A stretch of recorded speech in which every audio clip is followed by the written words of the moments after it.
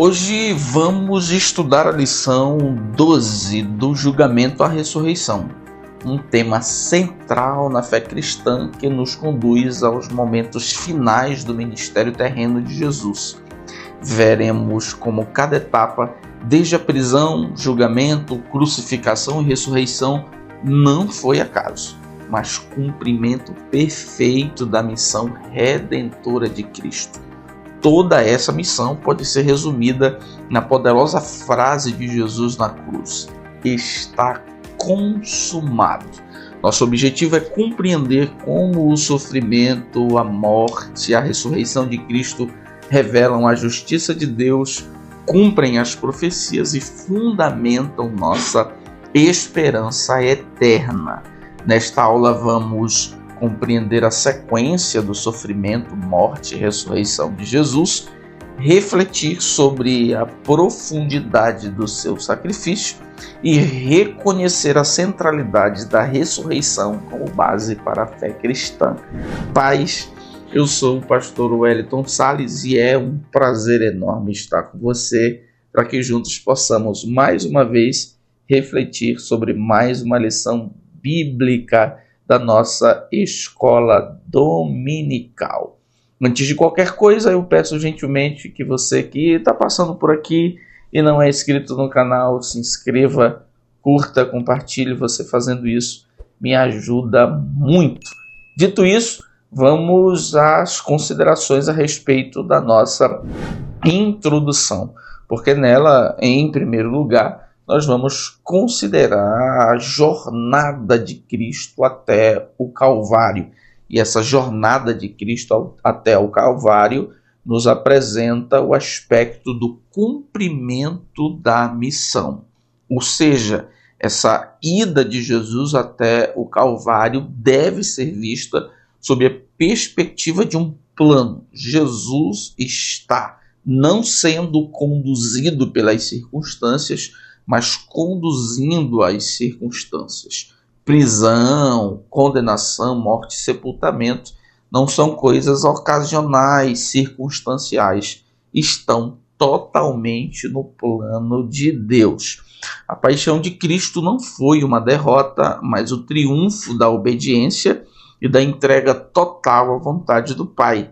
Cada passo em direção à cruz nessa jornada estava dentro do plano eterno de Deus. Então nós precisamos começar as nossas reflexões a respeito da lição 12 com essa consciência. As coisas não foram acontecendo de maneira aleatória. Tudo estava no plano de Deus. Jesus não foi levado pelas circunstâncias, ele conduziu as circunstâncias. Em segundo lugar, a respeito da nossa introdução, nós precisamos considerar a famosa frase de Jesus: está consumado, no sentido de observarmos a cruz e a ressurreição como fundamento da esperança cristã e a ressurreição de Jesus como garantia. A ressurreição de Cristo é o selo divino sobre a obra da cruz. Ela é a garantia de que a expiação foi aceita e de que há vida além da morte. Cristo morreu para abrir a porta da salvação e ressuscitou para conduzir os crentes à vida eterna. Sua ressurreição é o penhor da nossa. O está consumado, na verdade, não é um suspiro de quem é derrotado. Na verdade, é o triunfo de quem venceu, conseguiu realizar, cumprir de maneira excelente e triunfante a sua missão salvadora. Logo, prisão, morte e ressurreição são, na verdade, garantias da nossa salvação e tudo no plano de Deus executado por Jesus, que é, inclusive, visto como em seu cumprimento excelente quando Jesus diz: está consumado. Dito isso, vamos à nossa primeira parada, primeiro ponto, a prisão e a condenação de Jesus, que pode ser considerado aqui como o início da jornada. Primeiro lugar, primeiro subponto, a prisão. E nesse primeiro subponto, nesse primeiro tópico, nós vamos ter a necessidade de fazer a consideração da questão geográfica, ou seja, olhar para essa viagem de Jesus até o lugar da prisão, e aí nós perceberemos que existe um significado importante a respeito dos lugares por onde Jesus passou, por onde Jesus iniciou essa jornada. E nós vamos observar, por exemplo, o simbolismo do Vale do Cedron, o simbolismo que já é famoso do Getsemane. Jesus atravessa o Vale do Cedron e esse lugar de travessia tem um significado importante que é necessário que nós tenhamos em mente. Assim, ao cruzar o Cedron, Jesus está simbolicamente descendo ao vale da entrega e do sofrimento, aproximando-se do papel de cordeiro sacrificial. Como é que nós entendemos isso? Quando nós lembramos que o riacho do vale, na verdade, era um lugar onde descia o resto dos sacrifícios do templo, misturados com água. Então, olhar para essa travessia de Jesus pelo Vale do Cedron traz-nos a ideia de que Jesus está decidido a sacrificar-se, está decidido a viver esse novo momento da sua jornada ministerial. Atravessar o vale, descer, atravessar, significa naturalmente, de maneira simbólica, é claro, essa entrega de Jesus para ser sacrificado. Cristo passou pelo Cedron como o rei Davi outrora, chorando e fugindo da traição de Absalão.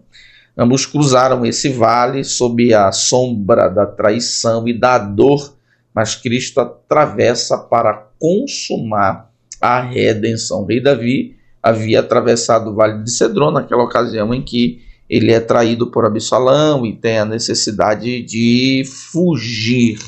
Jesus também está vivendo a experiência da traição, mas ele não atravessa o Vale do Cedron como alguém derrotado, mas como alguém que tem nas mãos um plano e que vai executá-lo de maneira triunfante. Jesus atravessa o Vale de Cedron e chega no Getsemane. O Getsemane, nós já sabemos que é o lugar onde se extraía, na verdade, as azeitonas, os azeites. Era um grande jardim de oliveiras. O próprio nome Getsemane significa lugar onde se extraía azeite, lugar de prensa. E foi exatamente isso que o Getsemane, por assim dizer, testemunhou. Um momento de pressão, um momento de tribulação, um momento de agonia. No Getsemane vemos a humanidade de Jesus em sua máxima tensão, mas também em sua obediência total. Não se faça a minha vontade, mas a tua. A alma de Cristo foi moída ali como a azeitona no lagar. O Getsemane é o altar onde o cordeiro se consagra voluntariamente. Perceba que o simbolismo do Getsemane é ainda mais profundo quando nós compreendemos que Jesus, entre aspas, como uma azeitona esmagada no lagar, viveu a experiência da pressão, viveu a experiência da agonia, e nós podemos, inclusive em termos de trocadilho, considerar que Jesus foi pressionado profundamente, e nós vemos no Getsemane a maior manifestação da humanidade de Jesus. Jesus sofrendo, Jesus sendo pressionado, Jesus sofrendo a agonia antecipada da cruz. Mas é no Getsemane também que nós somos apresentados ao aspecto da soberania, no sentido de apresentarmos o fato que a prisão de Jesus não foi algo que apresenta um Cristo vítima, alguém que foi pego de surpresa, que estava fugindo, muito pelo contrário, manifesta o controle total de Jesus sobre as circunstâncias, as situações que estão se desenvolvendo nessa jornada. Jesus, ao ser preso no Getsêmani, não foi surpreendido ou dominado. Ele se apresentou voluntariamente, demonstrando domínio completo da situação. Inclusive, naquela penumbra onde as pessoas têm dificuldade de decifrar quem é quem, Jesus se mostrou alguém que tem total controle da situação, manifestando a soberania de Deus no plano da redenção, quando ele se apresenta dizendo, sou eu. A traição não interrompeu o plano da salvação. Na verdade, a traição faz parte, foi incorporada soberanamente ao plano da salvação. Então, nesse primeiro subtópico, a prisão, nós somos lembrados dos simbolismos desses espaços geográficos que Jesus tem que passar nessa viagem, o Vale de Cedron, o Getsêmani, e quando nós olhamos para a prisão em si, nós precisamos lembrar que Jesus não é apresentado como vítima, alguém que está fugindo, alguém que foi surpreendido, alguém que foi pego de maneira surpreendente no Getsêmani. Muito pelo contrário, Jesus se apresenta como alguém que tem total controle da circunstância. Ele não é pego, ele se entrega, ele se identifica. Isso manifesta a soberania de Deus no plano. Segundo subponto, o interrogatório. Nós vamos nessa mesma linha de consideração da soberania de Deus no plano da salvação, compreender que o julgamento religioso e legal está no plano, não afeta nenhuma soberania.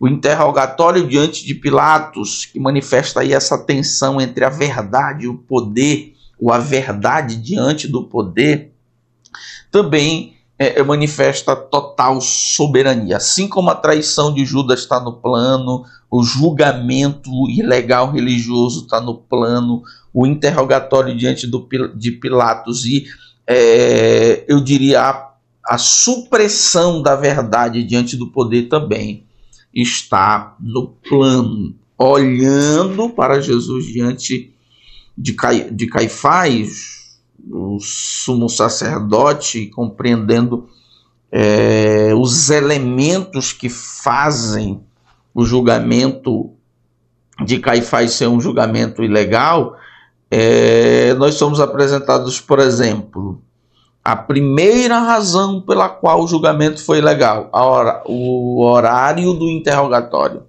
Não podia ser de noite. E o interrogatório de Jesus foi de noite. Outro aspecto, outra razão da ilegalidade do julgamento. O lugar do interrogatório não podia ser na casa de ninguém e foi na casa de Caifás. Outra ilegalidade do julgamento, a divergência da acusação. Existem registros nos outros evangelhos que demonstram uma diversidade de acusações em que fica claro uma espécie de incoerência no afã de acusar a Jesus. Isso demonstra que o julgamento foi totalmente ilegal. Mas nem a hora do interrogatório que faz o julgamento ser legal, nem o lugar do interrogatório que faz o julgamento ser legal, nem a divergência ou a diversidade das acusações que fazem o julgamento ser legal são coisas aleatórias, estão no plano. A soberania de Deus está controlando as circunstâncias e Jesus não é vítima. Jesus está se entregando, Jesus está cumprindo de maneira consciente a jornada da sua missão. A corte religiosa, que deveria representar a justiça de Deus, se corrompeu a tal ponto que fabricou um crime onde havia pureza e rejeitou o Messias por eles aguardados. Nós fechamos esse ponto do julgamento religioso e legal e agora nós vamos para a cena do interrogatório diante de Pilatos. E aqui nós vemos esse desequilíbrio entre a verdade e o poder, porque Pilatos é consciente, Pilatos é alguém que é esclarecido quanto à verdade da inocência de Jesus.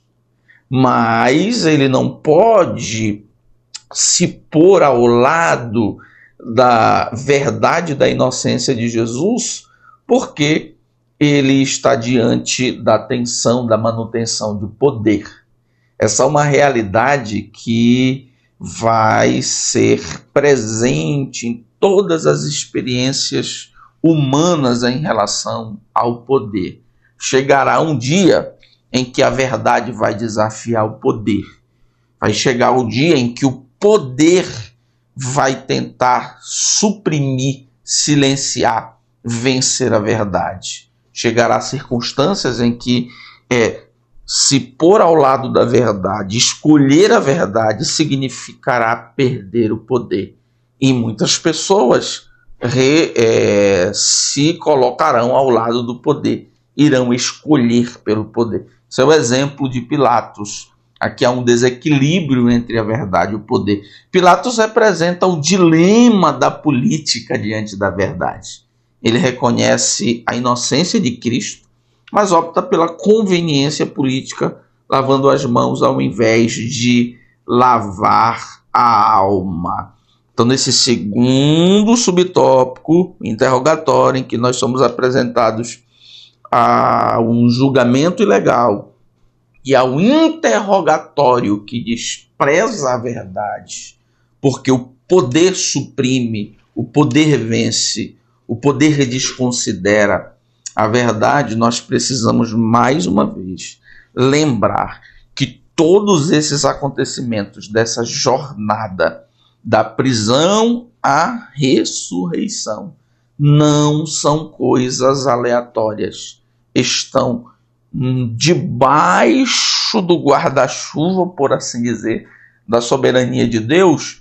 E o Cristo, que é o sujeito, que é o protagonista dessa jornada, desses acontecimentos, nem alguém que está sendo levado pelas circunstâncias. Não parece, mas ele domina as circunstâncias, ele está cumprindo de maneira consciente o plano salvador.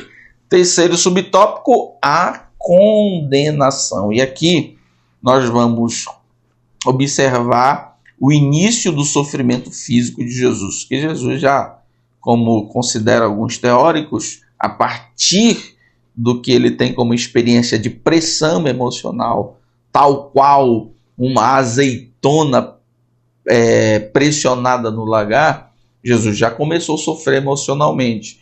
Mas a partir da condenação nós vamos começar a ter contato com os sofrimentos físicos de Jesus. E aqui nós vamos absorver, considerar algumas informações sobre, por exemplo, a coroa de espinhos e o chicote. Por que é importante nós fazermos menção da coroa de espinhos e do chicote ou das chicotadas? É porque é nesse momento que Jesus cumpre a profecia predita por Isaías 53. É aqui que Jesus começa a ser desfigurado violentamente, a perder a sua aparência, e explica como Isaías teve a visão do servo sofredor. Olhando nós para ele, nenhuma beleza víamos. Não era que Jesus era feio, mas que a visão, a perspectiva profética de Isaías está exatamente nesse momento da coroa de espinhos e está também exatamente no momento em que ele é submetido às chicotadas. É nesse momento que Jesus é desfigurado fisicamente. E sobre a coroa de espinhos, tem-se uma pergunta. A coroa de espinhos, como nós conhecemos, espinhos entrelaçados que envolvem apenas o lado da cabeça, ou um capacete de espinhos. Essa visão artística da coroa de espinhos que envolve os lados da cabeça, ou um capacete em que os espinhos perfuram o crânio? Tem-se essa pergunta. De um lado, a arte, de um lado, a expressão artística das figuras que nós conhecemos, que já fica provado de uma vez por todas que em muitas circunstâncias não pode ser, eu diria, encarada como realidade, ou a questão semântica, ou seja, o significado, o sentido da palavra. A palavra para coroa de espinhos é Stéphanos.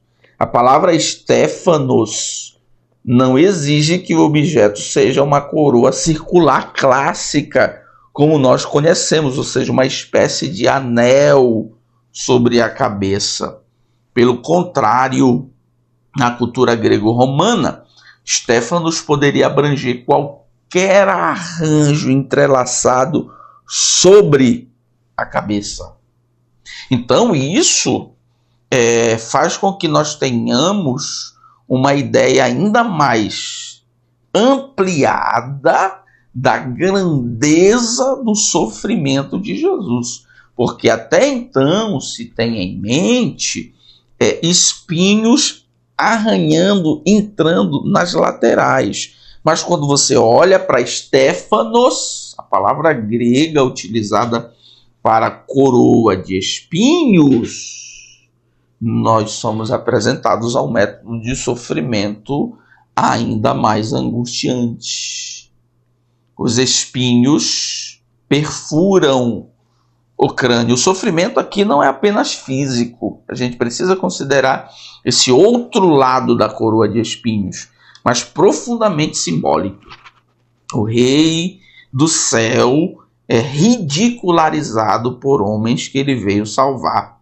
Mesmo em sua humilhação, Jesus continua soberano. Não se esqueçam disso. Sua glória é revelada no paradoxo da cruz. Parece, mas não é. Parece derrotado, parece fora do controle, parece um rei bobo, mas não é. É rei bobo para os soldados que estão fazendo uma cena de consagração, de entronização do rei. Mas é rei mesmo. Jesus não perde a sua soberania. Depois de nós considerarmos esse espetáculo de dor, que é a coroa de espinhos, que pode ser ou pode ter sido um capacete de espinhos, depois de nós considerarmos a ridicularização da figura de rei de Jesus por meio da coroa de espinhos, nós avançamos para outro método, e esse método é decisivo para a desfiguração, para o sofrimento, para as feridas de Jesus, que foi as chicotadas. E chicote aqui é flagrum do grego, o flagellum do latim, que é a raiz da palavra flagelo, ferida, e alguém ferido é alguém que foi flagelado. Esse momento das chicotadas pode ser facilmente considerado como o momento do cumprimento de Isaías 53:5, pelas suas feridas, pelos seus flagelos, pelas suas pisaduras, nós fomos sarados. O que é que esse flagrum, que esse flagelo, que esse chicote poderia causar no corpo de alguém? Primeiro, rasgavam a pele até a camada do músculo. Não é tirar a pele, é rasgar para mostrar o músculo. Produziam hemorragia arterial e venosa. atingiam veias. Não é só a hemorragia do ferimento do músculo, mas atingiam veias, expunham ossos e tendões e poderiam causar o que é chamado de choque hipovolêmico, ou seja, perda extrema de sangue. É aqui que Jesus cumpre a profecia de Isaías 53. Pilatos ordenou as chicotadas na tentativa de apaziguar os judeus, esperando que, ao vê-lo dilacerado, desistissem da crucificação. Olha até onde vai o poder, ou a sede do poder, ou o desejo de preservação do poder contra a verdade. As chicotadas, além de ser um instrumento que rasgava literalmente o corpo do acusado, inclusive tem-se a ideia de que o número era considerável, de condenados que não tinham nem a condição de chegarem vivos na cruz. O índice de pessoas que morriam nas chicotadas era enorme, porque elas faziam um estrago gigantesco, mas também servia como uma espécie de espetáculo de horror. Era uma tortura ritualizada e sádica, visava a humilhação completa, desfigurando o rei proclamado pelos judeus. Nenhum anestésico moderno seria capaz de abrandar a dor que Jesus suportou. Era dor nua, contínua e esmagadora. Mas apesar desse ponto alto do sofrimento no contexto da condenação, que vem depois da ridicularização sofrível, que é a coroa de espinhos, também deve ser visto pela perspectiva de que Jesus não está sendo levado, passivo, conduzido. Jesus é soberano. Jesus está, na verdade, de maneira consciente, cumprindo a missão. Dito isso, vamos ao nosso segundo ponto: crucificação, morte e sepultamento de Jesus. Depois da coroa ou capacete de espinhos, depois dessa ridicularização, desse espetáculo de humilhação entre os soldados, do espetáculo de horror produzido pelas chicotadas, que não foi o suficiente para matar a sede de sangue dos judeus, depois de Jesus cumprir em si a profecia de Isaías 53, 5, Jesus agora inicia a jornada para o Calvário, para o monte que parecia uma caveira, portanto chamado de Gólgota.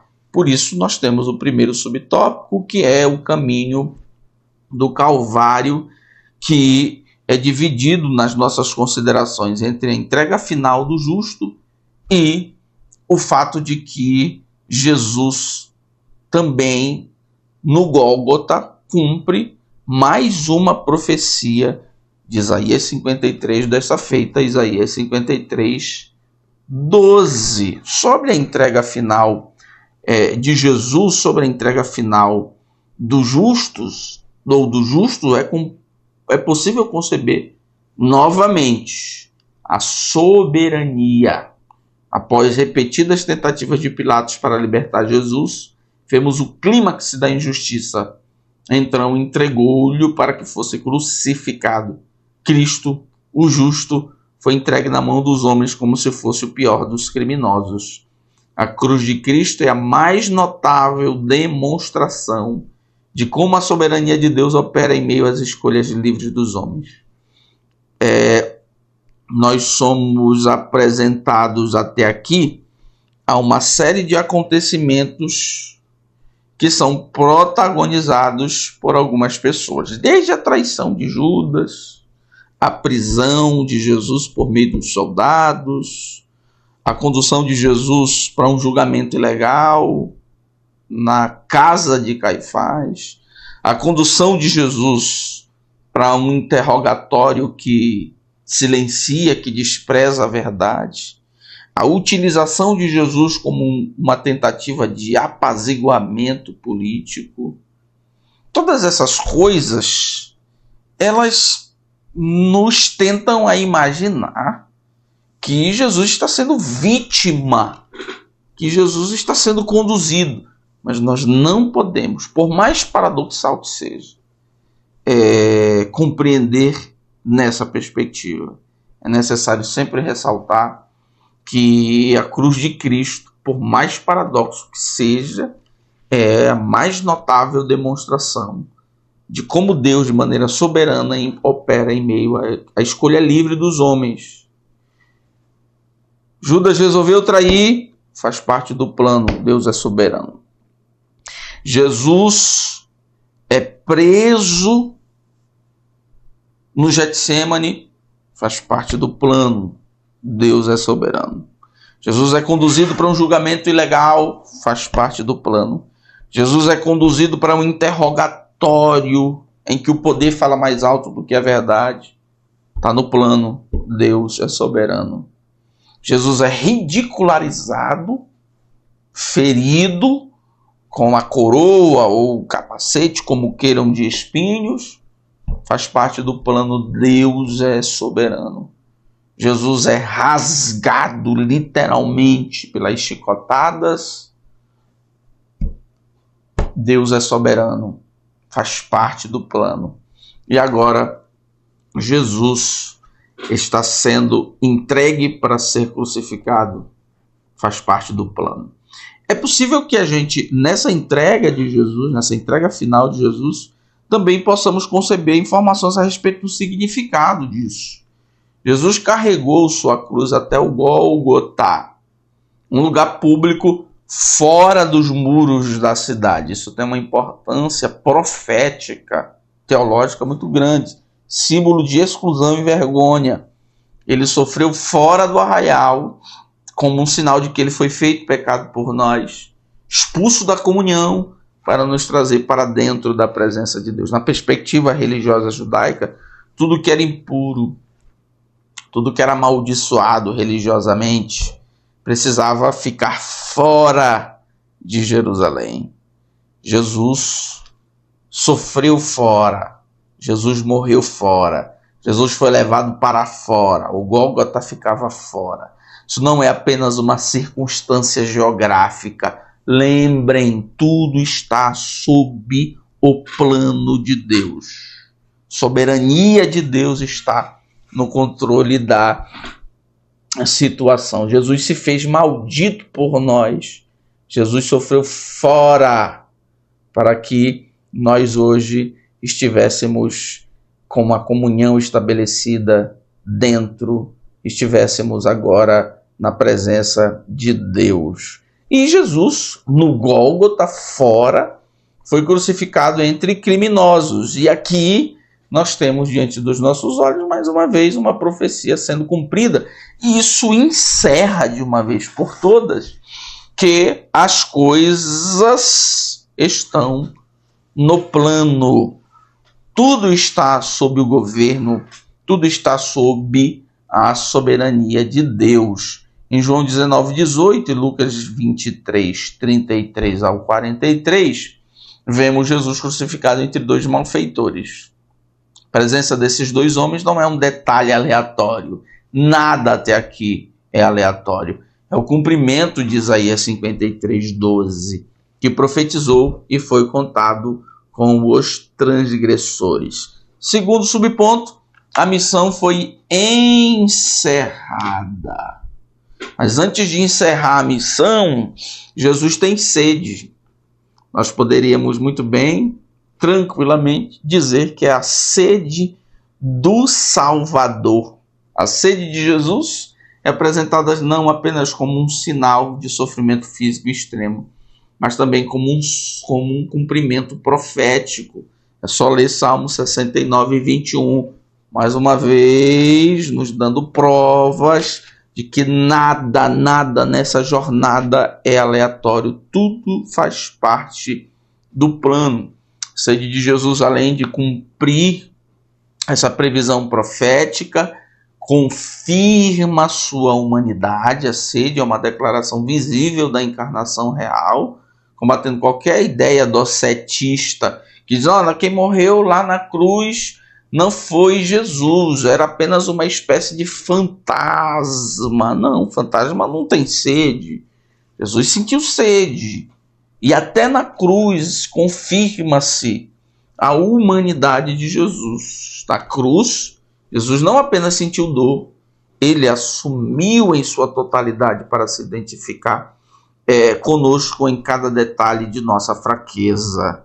E a sede do Salvador, sem dúvida alguma, como nós fizemos menção, é um cumprimento profético. Deram-me fel por mantimento, e na minha sede me deram a beber vinagre. Salmo 69, 21. Depois da sede, Jesus dá o brado, não como alguém que diz: acabou, perdi, agora morri. Não. Está consumado não é um suspiro de derrota. Está consumado é um canto, uma declaração de triunfo, de vitória. A palavra grega usada tetelestai era comum em registros de dívidas quitadas, indicando que a dívida do pecado fora paga por completo. Esta expressão é a afirmação de que nada mais precisa ser feito para a redenção do ser humano. Está consumado não é um suspiro de quem agradece porque o sofrimento terminou.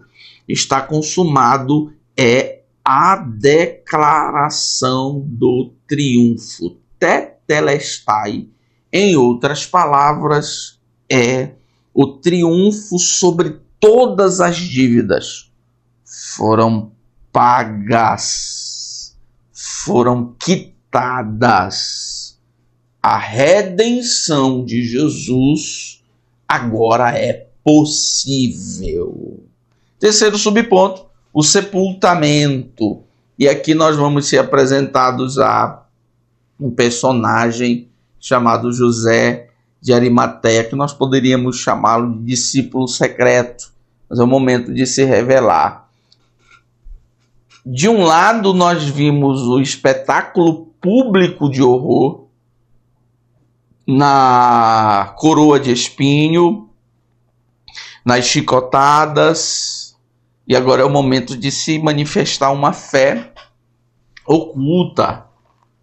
Enquanto a maldade dos homens é exposta, nesse momento do sepultamento se manifesta uma fé genuína que ainda não havia sido exposta. A morte de Jesus, que parecia escandalosa e humilhante, moveu o coração de um discípulo tímido, transformando sua covardia em ação de honra.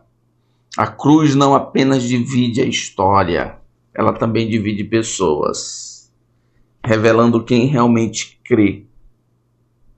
E essa atitude de José de Arimateia não é uma atitude desprovida de coragem. Imagine que nesse momento toda a corte, todo o poder romano está unido na convicção de que fizeram o melhor em relação à preservação do poder, matando uma sede de ódio dos judeus. Agora, José rompe com essa unanimidade, fazendo inclusive a manifestação da sua fé e se manifestando como alguém não covarde, mas corajoso para romper. Nesse sentido, a cruz de Cristo não divide apenas a história, a cruz de Cristo também divide pessoas. E também José é um instrumento de mais um cumprimento profético que é a provisão do túmulo. Provisão do túmulo, perto do Gólgota, tem uma questão religiosa envolvida. A localização do túmulo era perto do local da crucificação, historicamente plausível, dada a prática judaica de sepultar rapidamente os mortos, especialmente antes do sábado. E também tem a implicação profética, que é a principal. A escolha do túmulo por José de Arimateia mostra que até nos detalhes mais práticos, Deus estava no controle da narrativa redentora. Não se esqueçam, senhoras e senhores, talvez uma das informações mais interessantes que nós devemos, do começo ao fim dessa lição de número 12, considerar é o fato de que Jesus, em todas as coisas que sucedem nessa jornada, que vai desde a prisão à ressurreição, não são aleatórias, elas estão no plano. Inclusive, nós estamos vendo uma e outra coisa correspondendo a previsões proféticas, inclusive até a sede, o lugar onde ele foi crucificado. Tudo está em conformidade com o plano, portanto, demonstrando o controle soberano de Deus sobre essa jornada de dor, de morte, que vai culminar no triunfo, que é o nosso terceiro ponto, a ressurreição de Jesus. Nós veremos aqui o túmulo vazio, a ressurreição como base da fé cristã e o Cristo ressurreto quebrando a incredulidade. Primeiro subponto, túmulo vazio. O terremoto e a aparição angelical marcam o início de uma nova era. A ressurreição é o selo divino da aceitação da obra redentora de Jesus. E aí, quando nós somos apresentados ao ser angelical ou aos seres angelicais, a pedra removida e ao terremoto, nós lembramos que em momentos especiais da relação de Deus com o seu povo, momentos que marcam novos horizontes, dividem a história, eles são manifestados com elementos desse tipo, dessa natureza. Fogo, terremoto, seres celestiais. Só nós lembrarmos do Sinai, no estabelecimento da aliança de Deus com Israel. Só nós lembrarmos na inauguração da igreja, em Atos 2. Som como de um vento veemente impetuoso, que encheu toda a casa, foram vistas sobre cada um deles línguas repartidas como que de fogo. A ressurreição também é um momento que divide a história. Por isso, como no Sinai, como em Atos 2, ela é marcado por acontecimentos sobrenaturais. Nesse caso, terremoto, pedra removida e os seres angelicais. O túmulo vazio é o ponto de virada da história. Nem os que sepultaram, nem os que o guardaram, nem qualquer autoridade humana poderia manter o corpo de Jesus no túmulo. Além disso, nós temos a questão relacionada à validade do testemunho. O fato de que as primeiras testemunhas foram mulheres em uma sociedade que não as considerava como testemunhas válidas em tribunais, reforça a autenticidade do relato.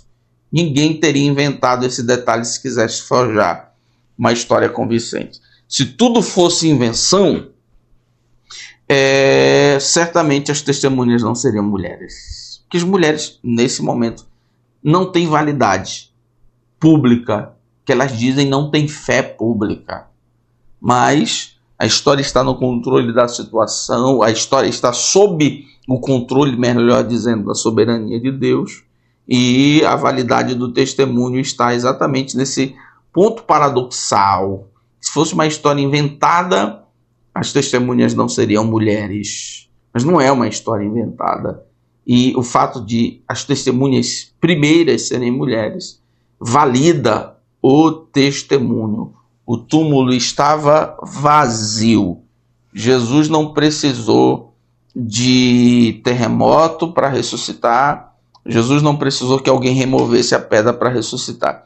Esses eventos essas circunstâncias comprovam o fato de que a ressurreição é um novo momento, divide a história, é um novo ciclo, por assim dizer, de relacionamento de Deus com o seu povo, assim como foi no Sinai, assim como foi em Atos dos Apóstolos. Segundo subponto, a ressurreição como fundamento, como base da fé cristã. E aqui nós vamos ser apresentados naturalmente a essa ideia que é o ponto central, que é a coluna desse grande edifício, que é o cristianismo. A ressurreição foi a confirmação de Deus de que a obra de Cristo na cruz foi completada e aceita. Sem a ressurreição não haveria esperança de vida eterna. Como é que nós compreendemos o fato de que a ressurreição é a base da fé cristã? Primeiro, porque a ressurreição confirma a natureza divina de Cristo. Segundo, porque a ressurreição é a base da nossa justificação. Terceiro, que a ressurreição é a fonte da nova vida espiritual que os crentes recebem. O Cristo que venceu a morte tem vida nova a dar aos seus discípulos. E a ressurreição é a garantia da ressurreição futura dos salvos. O corpo glorificado de Jesus é o modelo do corpo que os crentes irão receber por ocasião da glorificação e especialmente por ocasião da ressurreição dentre os mortos no dia em que a última trombeta tocar. A ressurreição é a pedra angular do edifício cristão. Se ela for removida, todo o edifício desmorona. Então, nós somos apresentados ao fato, especialmente fazendo a leitura de 1 aos Coríntios, capítulo de número 15, versículo de número 20 até o versículo de número 23, ao fato de que a garantia, o fundamento, a base, a coluna da fé cristã é a ressurreição. Nós não podemos dar ênfase à metade da história. Jesus morreu. Se Jesus tivesse apenas morrido, a salvação não teria sido completada. As previsões das bênçãos da salvação não seriam possíveis. Mas Jesus morreu e ressuscitou. Confirma a sua natureza divina, a base da nossa justificação, a fonte da nova vida espiritual e a garantia. Ou seja, ela nos alcança no passado, nos alcança no presente e nos alcança no futuro.